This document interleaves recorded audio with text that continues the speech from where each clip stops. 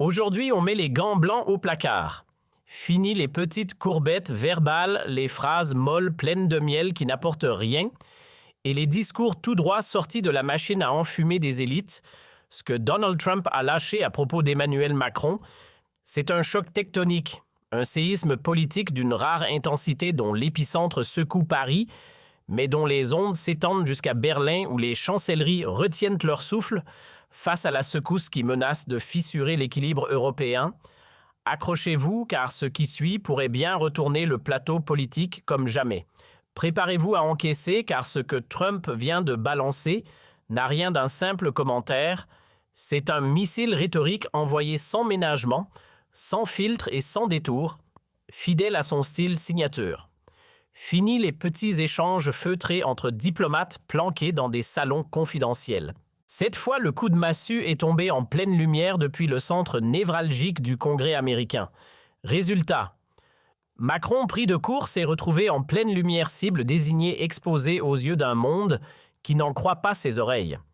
Le grand récit vendu en boucle par les chaînes publiques, celui de la belle entente franco-américaine, gravé dans le marbre, vient de voler en éclats. Plus rien ne tient debout. Ce vernis diplomatique si patiemment étalé par les médias officiels se fissure brutalement sous l'impact d'un message américain clair comme de l'eau de roche. Si la France abandonne ses propres citoyens, si les libertés fondamentales deviennent de simples slogans creux, et si les voix dissidentes sont réduites au silence caricaturé ou harcelé, alors Washington ne restera pas spectateur. Ils entreront dans l'arène, prendront le contrôle et appuieront sur le bouton du changement, sans demander la permission.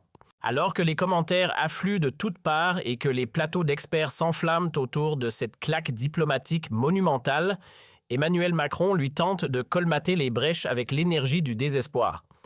La façade de l'autorité présidentielle s'effrite, mais il fait bonne figure, organisant à la hâte une sortie médiatique soigneusement chorégraphiée.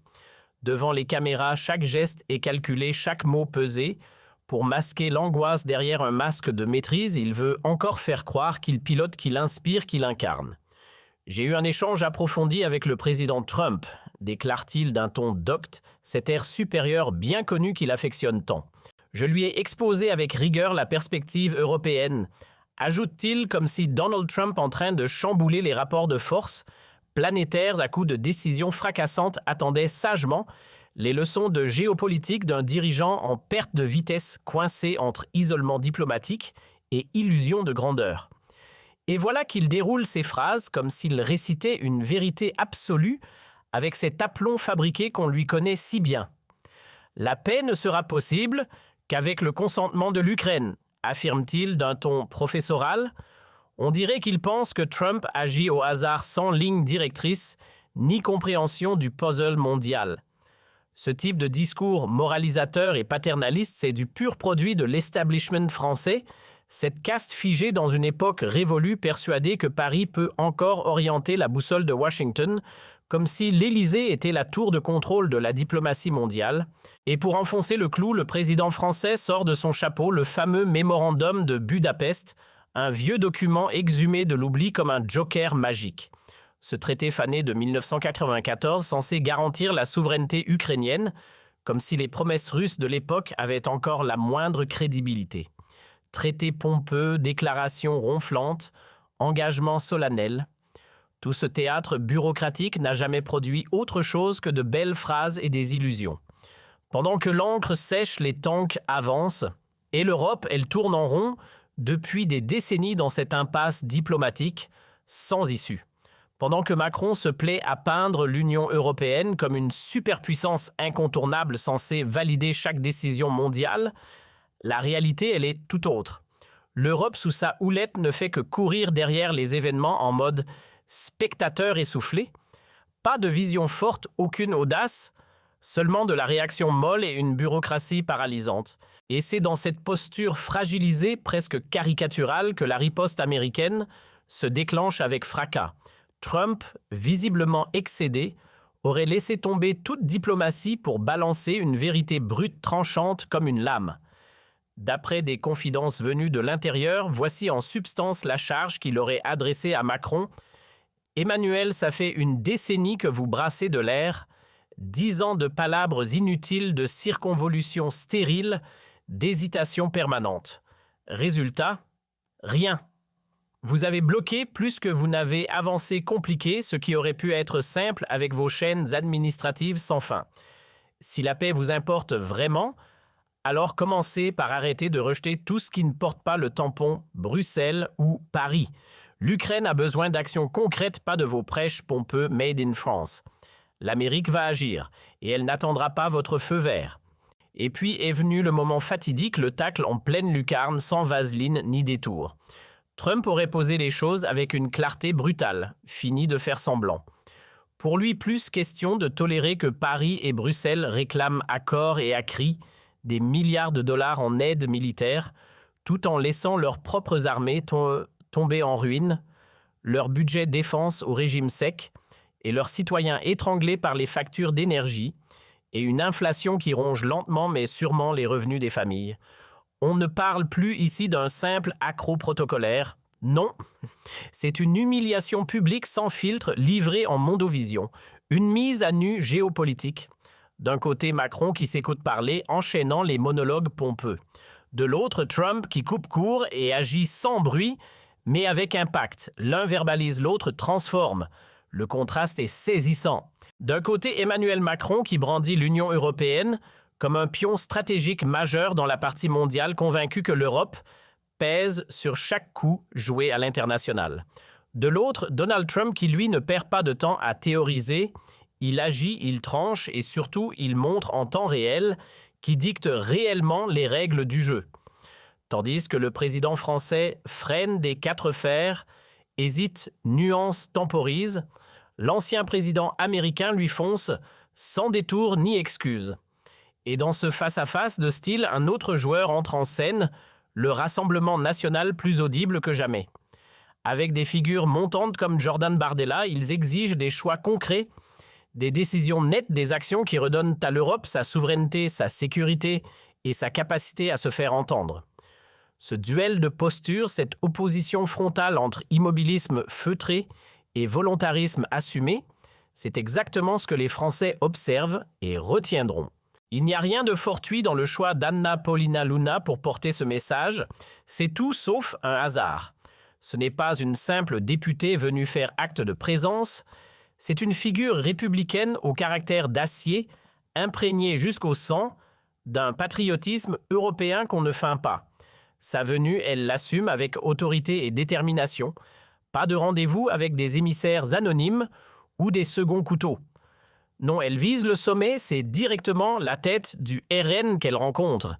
Et ce face-à-face n'a rien de banal. C'est un signal fort, presque historique. En tant qu'émissaire officiel de cette alliance transatlantique émergente, elle se tient côte à côte avec Jordan Bardella, jeune charismatique et de plus en plus incontournable dans le paysage politique français. Ensemble, ils ne parlent pas du passé, ils tracent des lignes pour l'avenir de la France. Et ce dialogue-là, il ne passe pas inaperçu, et puis le couperet tombe, brutal, irréfutable. Une déclaration qui fait vaciller toutes les belles illusions entretenues par les élites.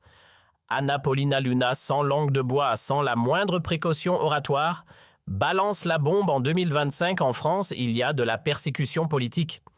Oui, en plein cœur de ce pays qui s'autoproclame phare des droits de l'homme. Et pour appuyer ces mots, elle ne sort pas une abstraction, elle expose un cas bien réel, glaçant. Une jeune femme brillante, militante, RN, engagée, cultivée, pleine de courage, a officiellement demandé l'asile aux États-Unis. Pourquoi? Parce qu'en France, elle est ciblée. Pas pour un crime, mais pour ses idées, ni Pyongyang ni Téhéran. On parle de la République française. Et que fait la grand-messe du 20h de France 1? Elle détourne le regard. Pas un mot, pas un soupir. Silence glacé sur les plateaux, parce que ce récit-là, trop dérangeant, n'entre pas dans le moule imposé, parce qu'il contredit l'image officielle d'une France ouverte, tolérante, protectrice. Ce n'est pas une erreur passagère ni un incident isolé. C'est une mécanique bien huilée qui s'emballe chaque jour, la machine s'accélère broyant peu à peu, toutes les voix dissonantes étouffant toute contestation qui sort du cadre.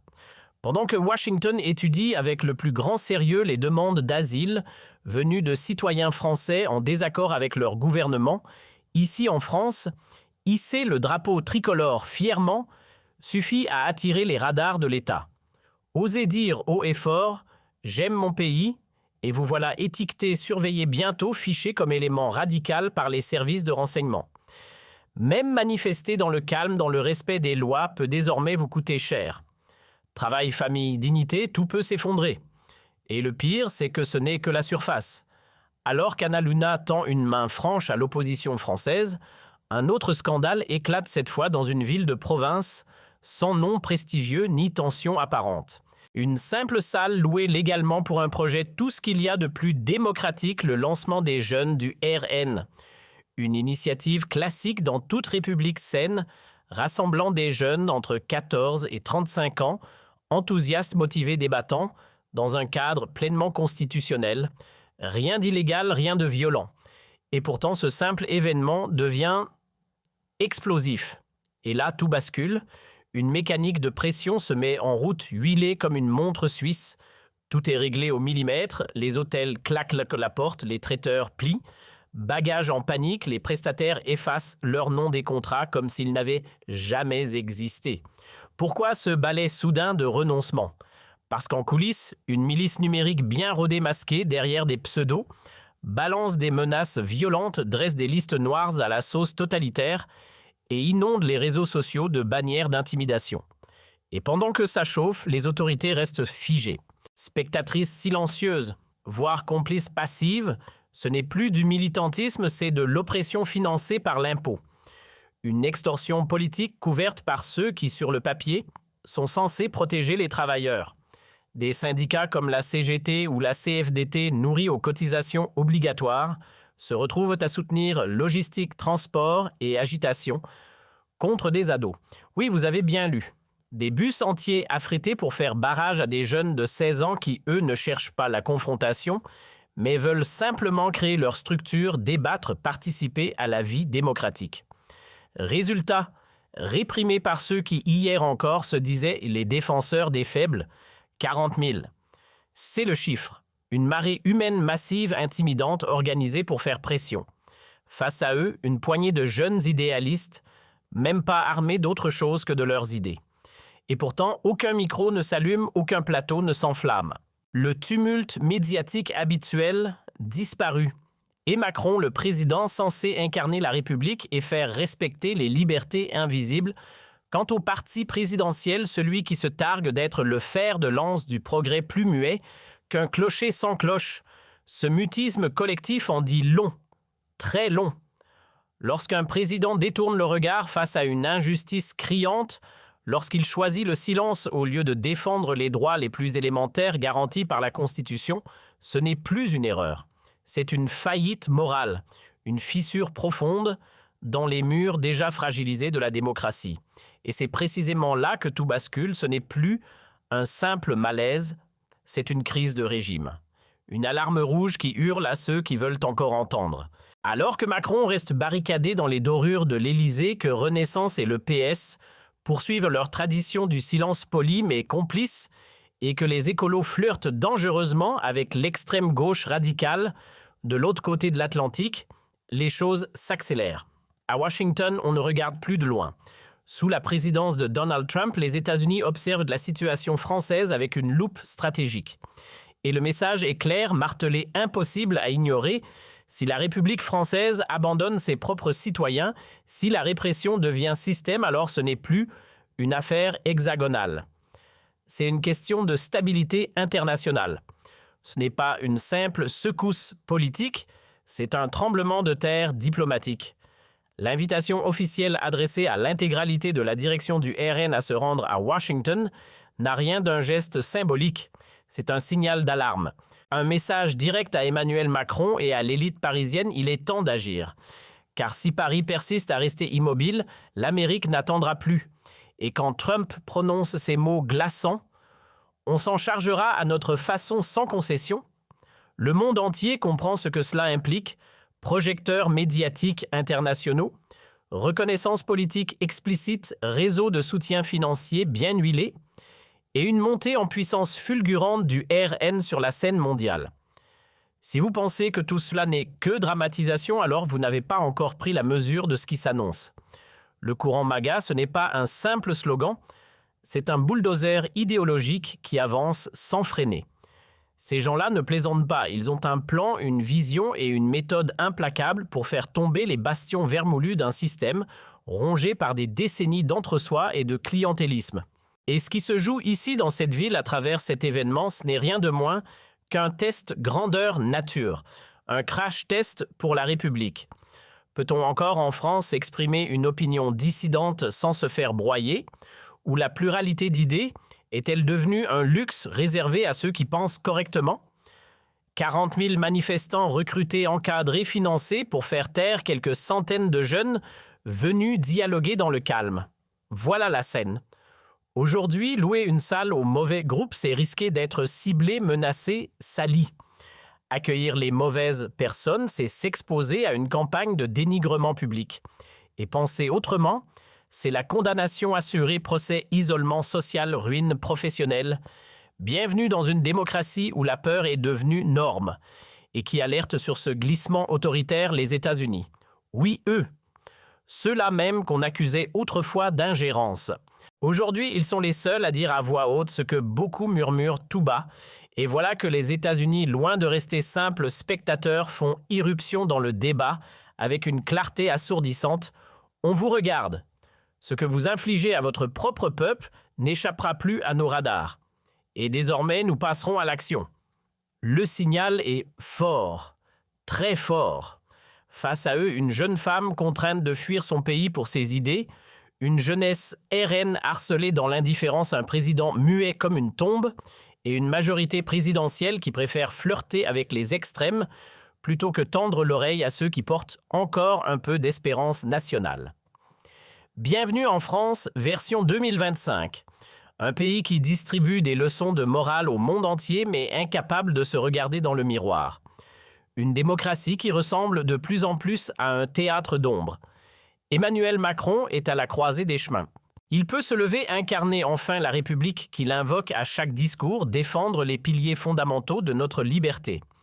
Ou bien rester spectateur de sa propre déchéance et laisser la France s'enfoncer dans une dictature molle où l'opinion unique écrase toute nuance et où penser autrement devient un délit.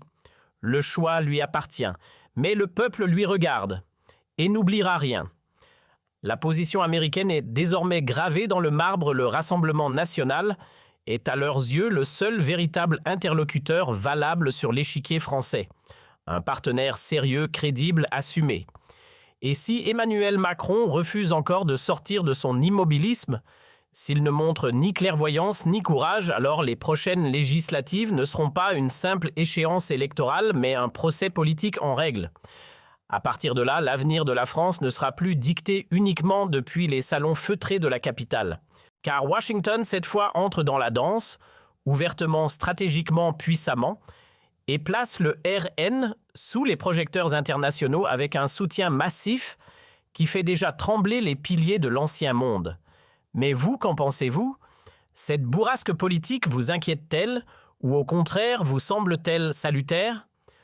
Dites-le nous dans les commentaires. Lâchez un like si vous trouvez que ces vérités méritent d'être entendues. Et surtout, abonnez-vous pour ne rien rater des prochaines analyses, car ce qui se joue là, c'est ni plus ni moins que le futur de notre pays.